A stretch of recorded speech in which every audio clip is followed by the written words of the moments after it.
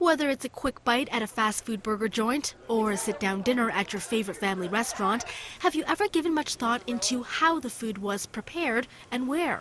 I think the meat had been not kept in the refrigerator properly or kept at the right temperature, and yeah, I ended up the result of me getting sick about an hour after eating that sub, and since then I haven't really been eating at that restaurant. Global News analyzed almost 7 years worth of data from the province's online database of restaurant inspections.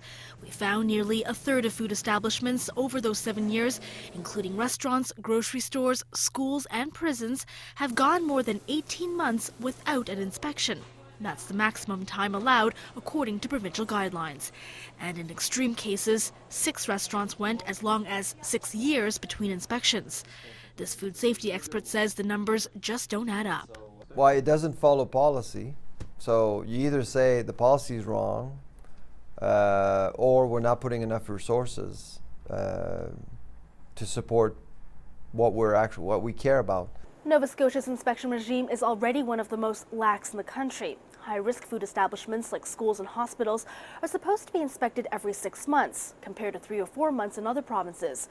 Medium-risk establishments like restaurants are supposed to be inspected every 12 months, while other provinces aim for 6. Yet inspectors here seemingly can't keep up with their province's standards. And that could be a recipe for disaster. It's very clear in many countries that if you have a food service system that is unregulated, unmonitored, that you're going to have people cutting corners. And if there is not oversight of some type, then the whole system just falls into disarray. In fact, Health Canada estimates that more than 4 million Canadians suffer from foodborne illnesses each year, and the cost of treatment can range between $12 and $14 billion.